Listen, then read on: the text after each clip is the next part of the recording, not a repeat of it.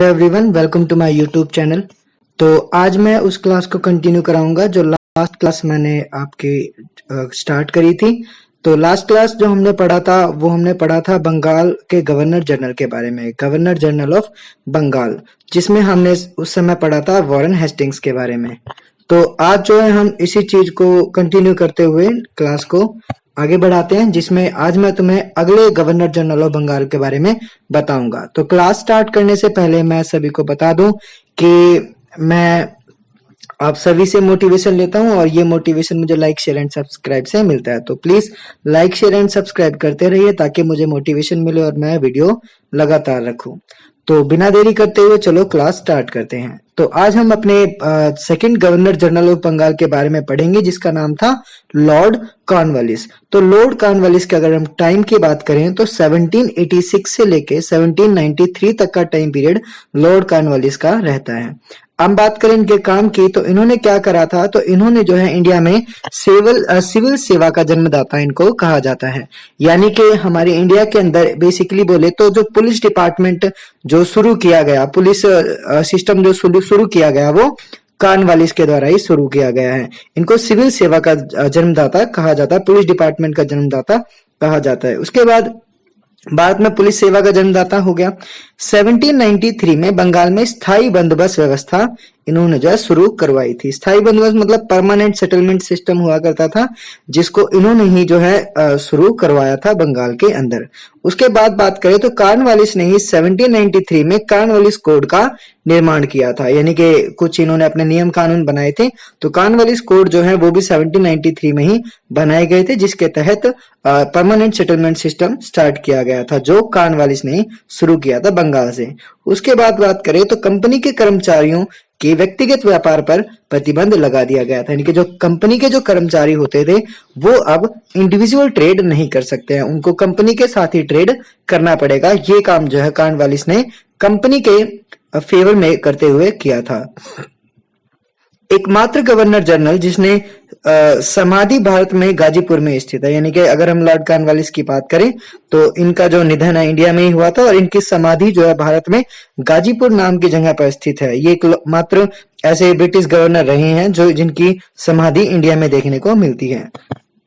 तो कॉर्नवालिस के बारे में इतना जानने के बाद हम अब अगले गवर्नर जनरल की बात करते हैं, जो थे लॉर्ड वेलेस्ली।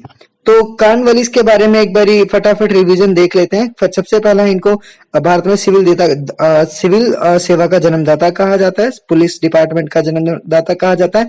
स्थायी बंदोबस्त की शुरुआत इन्होंने ही करवाई थी। 1793 में कोड मनीष कोड इन्होंने ही बनवाए थे। उसके बाद कंपनी के जो व्यापारी होते थे वो कंपनी के अलावा कहीं अपना पर्सनल ट्रेड नहीं कर सकते हैं, और एकमात्र ऐसे हमारे जो गवर्नर रहे हैं बंगाल के जिनकी समाधि गाजीपुर भारत में ही स्थित है। हम बात करें आगे next governor general of Bengal की, तो वो रहे हैं लॉर्ड वेलेस्ली। इनका टाइम पीरियड 1798 से लेके 1805 तक का रहा है। अगर हम बात करें सहायक संधि की, तो इन्होंने सहायक संधि की जो शुरुआत करी है भारत में, लेकिन इनसे पहले जो है एक डुप्लेसी नाम के डुप्ले नाम के फ्रांसीसी गवर्नर रहे थे, जिन्होंने इंडिया में जो है सहायक संधि की शुरुआत करी थी। लेकिन अब सहायक संधि की शुरुआत तो उन्होंने कर दी थी, लेकिन उसको मतलब सुचारू रूप से चलाने का, उसको अच्छे तरीके से इंप्लीमेंट करने का जो काम जाता है वो जाता है लॉर्ड वेलेस्ली को। तो वेलेस्ली ने इंडिया के अंदर अच्छे तरीके से सहायक संधि की शुरुआत करी है, सब्सिडी अलायंस की शुरुआत करी है। अब बात करें हम आगे, तो इंदौर के होलकर ने सहायक संधि स्वीकार नहीं करी थी, क्योंकि लॉर्ड वेलेस्ली जो है जब इन्होंने सहायक संधि की शुरुआत करी तो काफी सारे लोगों पर सहायक संधियां इन्होंने थोपी, लेकिन एक इंदौर में होलकर नाम लोग थे, होलकर एक सोसाइटी थी जिन्होंने जो है इसको एक्सेप्ट नहीं किया था। सहायक संधि का मतलब मैं बता देता हूं कि अगर आपका वो फाइट होती है किसी दूसरे साम्राज्य के साथ और अगर वो साम्राज्य हार जाता है तो आप क्या करोगे, अपनी सेना को उनके साम्राज्य में रखोगे, इसे और आपकी सेना उनके साम्राज्य में रहेगी, और साथ ही साथ जो है उसकी सेना को आप मतलब आपके साम्राज्य के अंदर किसी दूसरे की सेना रहेगी और उसकी सेना को सैलरी देने का काम भी तुम्हारा ही रहेगा। तो ये एक तरीके की सहायक संधि होती है जो यहाँ पर हमारे वर्जरी ने स्टार्ट करी थी। उसके बाद टीपू सुल्तान चौथे आंग्ल मैसूर युद्ध जो कि 1799 में हुआ था, वो भी जो है लॉर्ड वेलेजली के समय पर ही मारा गया था। तो 1799 में टीपू सुल्तान की मौत चौथे आंग्ल मैसूर के समय जो हुई थी, वो समय लॉर्ड वेलेजली का ही था। उसके बाद बात करें फोर्ट विलियम कॉलेज की स्थापना भी लॉर्ड वेलेजली के समय पर ही होती है, क्योंकि 1798 से लेके 1805 तक जितने भी काम हो रहे हैं वो वेलेजली के समय पर ही हो रहे हैं। तो फोर्ट विलियम कॉलेज की स्थापना हो चुकी है। स्वयं को बंगाल का शेर कहता था कौन? लॉर्ड वेलेजली जो है वो खुद को बंगाल का शेर कहता था। उसके बाद बात करें तो सहायक संधि करने वाले राज्य हैदराबाद 1798, मैसूर 1799, तंजौर अक्टूबर 1799, अवध 1801, पेशवा दिसंबर 1802, बरार एवं भोसले दिसंबर 1803 और सिंधिया 1804। तो ये कुछ एक ऐसे राज्य थे जिनके साथ लॉर्ड वेलेजली ने सहायक संधि करी थी। 1806 में भारत भेजे जाने वाले प्रशासकीय अधिकारियों की शिक्षा और प्रशिक्षण के लिए इंग्लैंड में हैलीबरी में एक ईस्ट इंडिया कॉलेज की स्थापना कॉर्नवालिस द्वारा ही की जाती है, जो 1805 में दूसरा कार्यकाल शुरू हुआ, परंतु शीघ्र ही इनकी मृत्यु हो जाती है। यानी कि जैसे ही इनका सेकंड जो टाइम पीरियड होता है, दूसरा कार्यकाल शुरू होता है, तो लॉर्ड वेलेजली की जो है मृत्यु हो जाती है। तो इस तरीके से ये जो है हमारी लॉर्ड वेलेजली के काम रहे। मैं लास्ट वाला पॉइंट फिर से क्लियर कर देता हूं कि 1806 में भारत में भेजे जाने वाले प्रशासकीय अधिकारियों की शिक्षा और प्रशिक्षण के लिए, यानी कि जो इंडिया में बाहर से जो लोग आते थे, यानी कि जो भी हमारे देश में गवर्नर जनरल बंगाल की पोस्ट के लिए आते थे या दूसरे एडमिनिस्ट्रेटिव पीपल आते थे इंग्लैंड से, तो उनके प्रशिक्षण के लिए इंग्लैंड में हैलीबरी के अंदर एक ईस्ट इंडिया कॉलेज खोला गया था 1805 में। ठीक है, तो इस कॉलेज में उन सभी लोगों को ट्रेनिंग दी जाती थी जो इंडिया में आते थे ईस्ट इंडिया कंपनी की तरफ से, क्या करने? एडमिनिस्ट्रेशन को मेंटेन करने। तो इस तरीके के कॉलेज को ईस्ट इंडिया कॉलेज कहा जाता था, जो कॉर्नवालिस का ही 1805 में जो था अपना उसका बनाया गया था, लेकिन बाद में उनकी मृत्यु हो गई थी। तो अब हम बात करें लास्ट ये लॉर्ड मिंटो। तो चौथे नंबर पे जो हमें देखने को मिलेंगे वो लॉर्ड मिंटो फर्स्ट देखने को मिलेगा, जो 1804 से 1813 के दौरान जो है रूल करते हैं इंडिया में as a governor general of Bengal की पोस्ट पर। तो इसके कार्यकाल में अगर हम बात करें तो रणजीत सिंह एवं अंग्रेजों के बीच 25 अप्रैल 1809 को अमृतसर की एक संधि हुई थी। ठीक है, और इसी के बाद जो है 1813 में एक चार्टर एक्ट पास हुआ, और इस चार्टर एक्ट ने जो है ईस्ट इंडिया कंपनी को के ट्रेड को पूरे तरीके से बदल दिया था।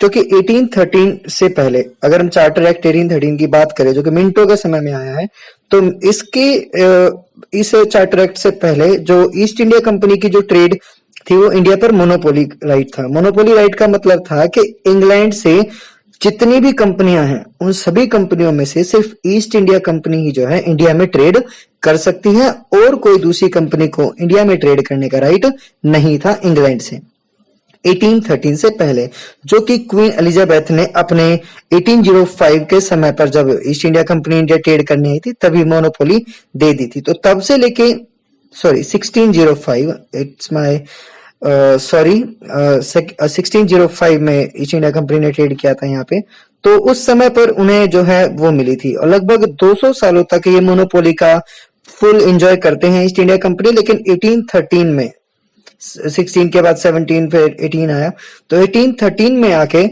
एक चार्टर एक्ट पास किया गया, और इस चार्टर एक्ट के पास होने के बाद ईस्ट इंडिया कंपनी को जो इंडिया में ट्रेड करने की मोनोपोली मिली हुई थी उस मोनोपोली को खत्म कर दिया गया। यानी कि इसका मतलब ये था कि अब इंग्लैंड से सिर्फ ईस्ट इंडिया कंपनी ही इंडिया ट्रेड करने नहीं आएगी, ईस्ट इंडिया कंपनी के अलावा इंग्लैंड से और भी बहुत सारी कंपनियां हैं जो इंडिया में ट्रेड करने आ सकती हैं। यानी कि इसका मतलब ये था कि अब तक सिर्फ ईस्ट इंडिया कंपनी ही इंडिया का शोषण कर रही थी, लेकिन अब जो है इंग्लैंड की दूसरी कंपनियां भी जो है इंडिया में आएंगी और इंडिया का शोषण करेंगी। तो ये इंडिया के पॉइंट ऑफ व्यू से कुछ अच्छा नहीं रहा था चार्टर एक्ट 1813, क्योंकि अब यहाँ पर और भी कंपनियां हैं जो इंग्लैंड की आकर ट्रेड करेंगी। हालांकि यहाँ पर अब जो हालत खराब हुई थी वो इंग्लैंड ईस्ट इंडिया कंपनी की भी हुई थी, क्योंकि अब उनको थोड़ा सा कंपटीशन फेस करना पड़ रहा था, क्योंकि इंग्लैंड की और भी कंपनियां इंडिया में ट्रेड करने आ रही थी। लेकिन फिर भी इंग्लैंड ने ईस्ट इंडिया कंपनी ने अपने लिए यहाँ पे तीन चीजों को रखा, यानी कि ईस्ट इंडिया कंपनी ने चार्टर एक्ट 1813 के आने के बाद भी कुछ चीजें अपने पास रखी जिनको वो लेकर मोनोपोली थे। जैसे कि अफीम का ट्रेड, उसके लिए मोनोपोली रखी किसने? ईस्ट इंडिया कंपनी ने अपने पास। दूसरा, चाइना के साथ ट्रेड, इसकी भी मोनोपोली ईस्ट इंडिया कंपनी ने अपने पास रखी। और तीसरा, चाय की जो ट्रेडिंग थी उसको भी जो है ईस्ट इंडिया कंपनी ने अपने पास मोनोपोली के तौर पर रखा। बाकी सब चीजों पर मोनोपोली खत्म हो गई थी और इंग्लैंड की दूसरी कंपनियां भी अब ट्रेड करने इंडिया आ रही थी। तो ये लॉर्ड मिंटो फर्स्ट के टाइम पर हुआ था, जो 1807 से लेके 1813 तक बंगाल का गवर्नर जनरल रहता है। अब बात करें लॉर्ड हेस्टिंग्स की, तो अगर हम हेस्टिंग्स की बात करें तो ये 1813 से लेके 1823 तक रूल करते हैं। इसके बाद इसके बारे में अगर हम जाने तो आंग्ल नेपाल युद्ध, जो अंग्रेजों और नेपाल में जो अंग्रेजों और नेपाल के बीच में हुआ था, वो 1814 से 1816 तक। इस युद्ध की समाप्ति संतोली मतलब संघौली की संधि, एक संघौली जगह का नाम है जहां पर एक संधि हुई थी, और संघौली की संधि के साथ आंग्ल और नेपाल का युद्ध जो होता है वो खत्म हो जाता है। तो ये चीज बिल्कुल याद रखनी है कि संघौली की संधि के बाद जो है, जो 1816 में हुई थी, इस संधि के बाद जो है आंग्ल और नेपाल यानी अंग्रेजों का और नेपालियों का जो युद्ध है वो खत्म हो जाता है। उसके बाद लॉर्ड हेस्टिंग्स की बात करें तो इसने पिंडारियों का दमन भी अपने टाइम पर किया था। पिंडारी एक तरीके से लुटेरे होते थे, जिनमें हिंदू और मुस्लिम दोनों ही शामिल होते थे, और ये लुटेरे जो होते थे अंग्रेजों को ही लूटने का काम करते थे। तो लॉर्ड हेस्टिंग्स ने बहुत ज्यादा परेशान होने के बाद, क्योंकि उन्होंने जो पिंडारी लोग थे उन्होंने अंग्रेजों की नाक में दम कर रखा था, तो बेसिकली इसी वजह से लॉर्ड हेस्टिंग्स ने जो है इन पिंडारियों का दमन करने के लिए एक पॉलिसी बनाई, और उसके तहत काम करते हुए इसने जो है पिंडारियों का दमन किया। इन्हें मराठों से समर्थन प्राप्त मिला था, यानी कि जो पिंडारियों के दमन करने में जो अंग्रेज ही काफी नहीं थे, अंग्रेजों के साथ उनकी जो हेल्प करी थी वो मराठों ने भी की थी, क्योंकि मराठा लोग भी जो है पिंडारियों से परेशान थे।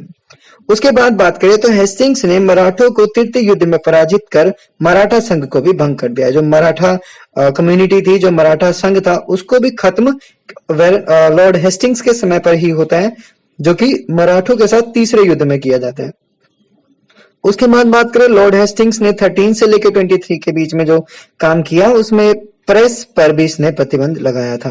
प्रतिबंध नहीं लगाया था, इसने प्रेस पर प्रतिबंध को समाप्त कर दिया था। तो लॉर्ड हेस्टिंग्स जो था वो ऐसा पर्सन था जिसने जो है इस प्रेस जो मीडिया होती है, उस मीडिया में जो है उस मीडिया पर जो है पहले प्रतिबंध लगा हुआ था कि मीडिया में जो है वही दिखा सकते हैं जो सरकार चाहे, लेकिन अब ऐसा कुछ नहीं था।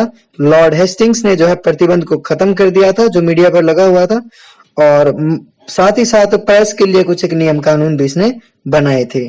और इसी के समय पर 1822 का टेनेंसी एक्ट या फिर हम कस्तकारी अधिनियम लागू किया गया था।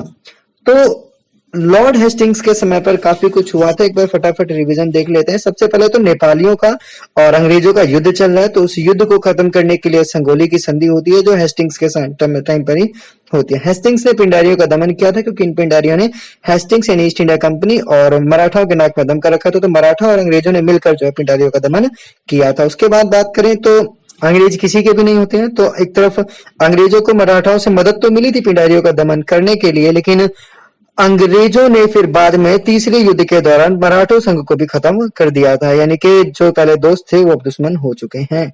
उसके बाद बात करें तो जो हेस्टिंग्स था, इसने जो प्रेस पर प्रतिबंध लगे हुए थे, जो मीडिया पर रिस्ट्रिक्शंस लगी हुई थी, उसको खत्म किया। साथ ही साथ मीडिया के लिए कुछ नियम कानून भी बनाए, और इसी के समय 1822 में टेनेंसी एक्ट या कस्तकारी अधिनियम जो है पास किया गया था। तो लॉर्ड हेस्टिंग्स के बाद अगर हम बात करें sixth governor general of Bengal की, तो वो नहीं देखने को मिलेगा, क्योंकि इसके बाद गवर्नर जनरल बंगाल की जो पोस्ट है वो गवर्नर जनरल ऑफ इंडिया में कन्वर्ट हो जाएगी, क्योंकि अब इसके बाद जो है हमारी ईस्ट इंडिया कंपनी बंगाल तक ही सीमित नहीं रहेगी, पूरे इंडिया में फैलेगी। और अब ईस्ट इंडिया कंपनी के जितने भी गवर्नर आएंगे वो गवर्नर जनरल ऑफ बंगाल के नाम से ना जान के गवर्नर जनरल ऑफ इंडिया के नाम से जाने जाएंगे। तो 1813 जो चार्टर एक्ट 1813 पास हुआ था, बेसिकली इस चार्टर एक्ट के बाद से ही इंडिया के अंदर अब जितने भी गवर्नर जनरल आएंगे वो गवर्नर जनरल ऑफ बंगाल ना मान के गवर्नर जनरल ऑफ इंडिया माने जाएंगे, जिसमें हम देखेंगे नेक्स्ट वीडियो में कि गवर्नर जनरल ऑफ इंडिया जो है वो कौन रहेंगे और उनके काम क्या क्या रहेंगे। तो यहाँ पर हमने जो है basically 4 governor general of Bengal के बारे में पढ़ा है। लास्ट क्लास मैंने आपको वॉरेन हेस्टिंग्स के बारे में बताया था, उसके बाद हमने कॉर्नवालिस के बारे में पढ़ा, फिर लॉर्ड वेलेस्ली के बारे में पढ़ा और लॉर्ड मिंटो फर्स्ट के बारे में पढ़ा और लॉर्ड हेस्टिंग्स के बारे में पढ़ा। तो इसी के साथ आज ये क्लास खत्म होती है, तो मिलते हैं नेक्स्ट क्लास में। Bye bye everyone, take care.